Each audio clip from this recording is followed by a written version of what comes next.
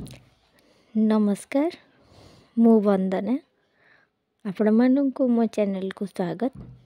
आशा करुछि आपण माने समस्ते भलरे थिबे। आज आमे जने सुंदर महान व्यक्तित्व संपर्क रे आलोचना करिबा।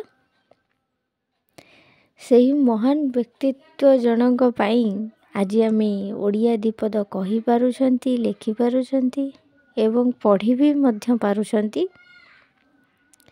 सही महान व्यक्तित्वटी हेउछंती व्यासकवि फकीर मोहन सेनापति।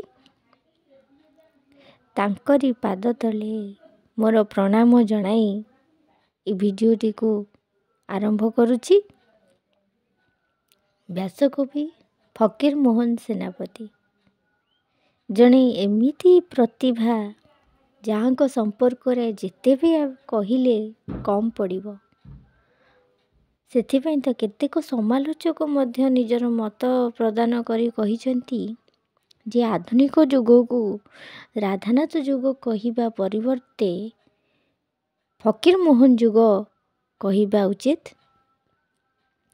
कारण जेतेबेले बंगदेशीय लोक माने ओडिया एक स्वतंत्र भाषा नुहे बोली चित्कार करुथिले, सही भली एक घड़ी संधि मुहूर्त रे एही महान पुरुष जनक ओडिया को एक स्वतंत्र भाषा रे गठन करिबा पाई प्रथमे अंटा भिड़िथिले।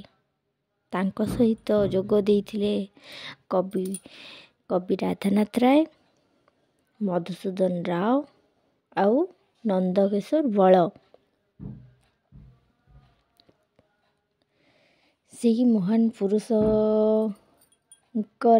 जन्म हेउची 1843 ख्रीष्टाब्द जनवरी मासर मकर संक्रांति तिथि रे से बालेश्वर जिल्लार मल्लिकास ग्राम रे जन्म ग्रहण करथिले। तांको पितांको नाम हेउची लक्ष्मण सेनापति, मातांको नाम हेउची तुलसी देवी। मात्र 1.5 वर्ष बयस रे से तांको पितांको हरैथिले एवं 2.5 वर्ष बयस रे से तांको मातांको हरैथिले। से विधवा पितामही कुचिला देवींको द्वारा लालित पालित हेउथिले। तांको पितृ प्रदत्त नाम थिला ब्रजमोहन। से शैशव अवस्था रे सांघातिक भावरे रोगक्रांत हेबारु तांको पितामही तांको बालेश्वर पीरंको ठारे समर्पण करि देइथिले।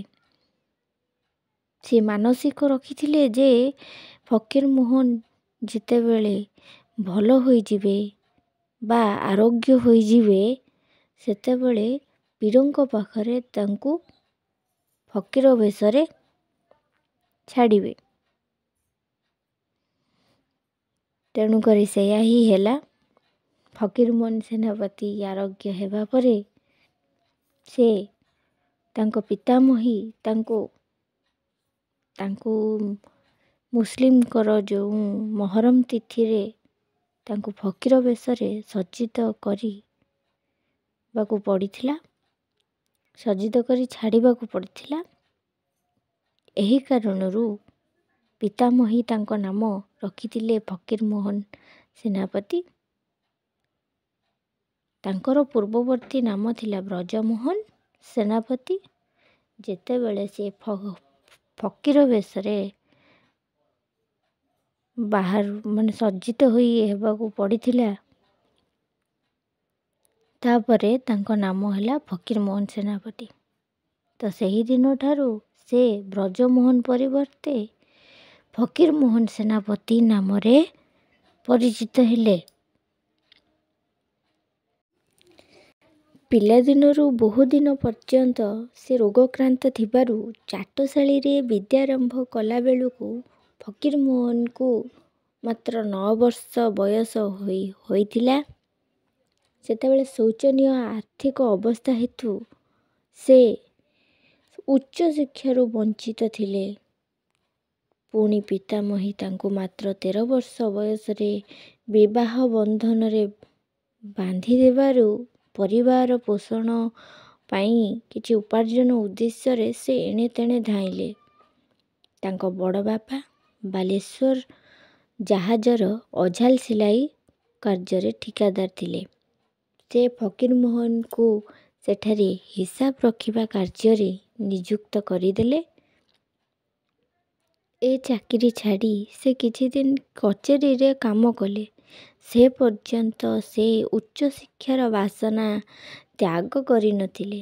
ତେଣୁ ବାରବାଟୀ ବିଦ୍ୟାଳୟରେ ନାମ ଲେଖାଇଲେ ଏବଂ ମାସକୁ ମାତ୍ର 4 ଅଣା ବେତନ ଦେଇ ନ ପାରି 2 ବର୍ଷ ପରେ ବିଦ୍ୟାଳୟ ତ୍ୟାଗ କଲେ।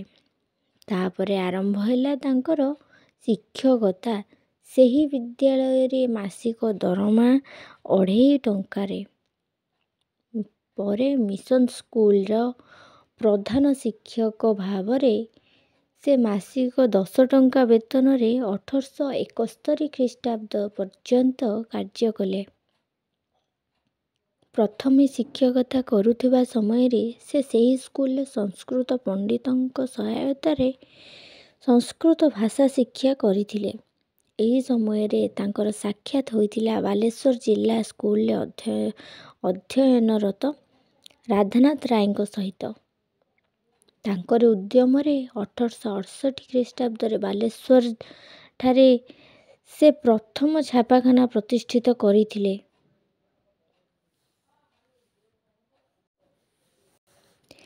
ସେ 2ଟି ବିବାହ କରିଥିଲେ।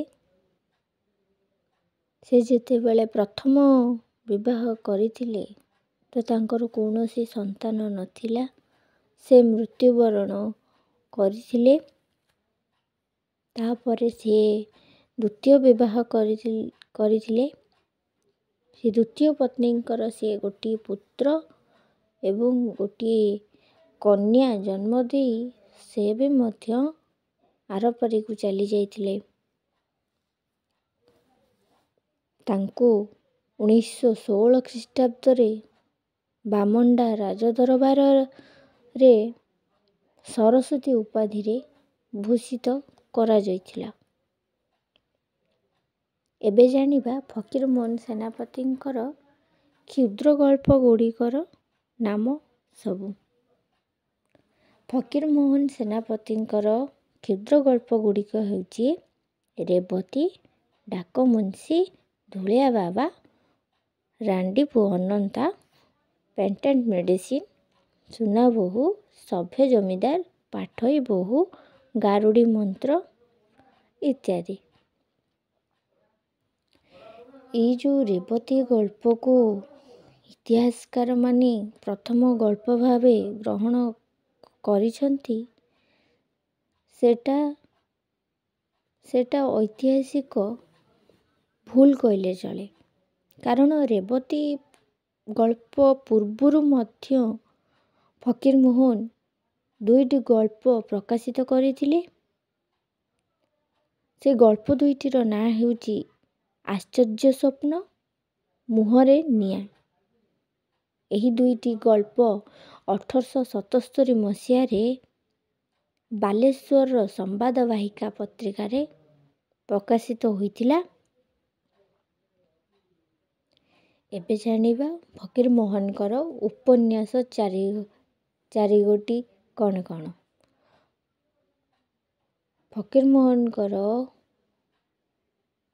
ଉପନ୍ୟାସ 4ଟି ହେଉଛି ଛଅମାଣ ଆଠ ଗୁଣ୍ଠ, ଲଛମା, ମାମୁଁ, ପ୍ରାୟଶ୍ଚିତ। ତାପରେ ହେଉଛି କାବ୍ୟ କବିତା। କାବ୍ୟ କବିତା ହେଉଛି ତାଙ୍କର ପୁଷ୍ପମାଳା, ଉପହାର, ଅବସର ବାସରେ, ଆଉ ପୂଜା ଫୁଲ, ପ୍ରାର୍ଥନା, ଧୂଳି ଇତ୍ୟାଦି।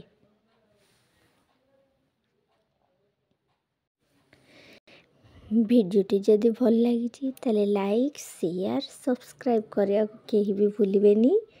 ରହୁଛି, ନମସ୍କାର।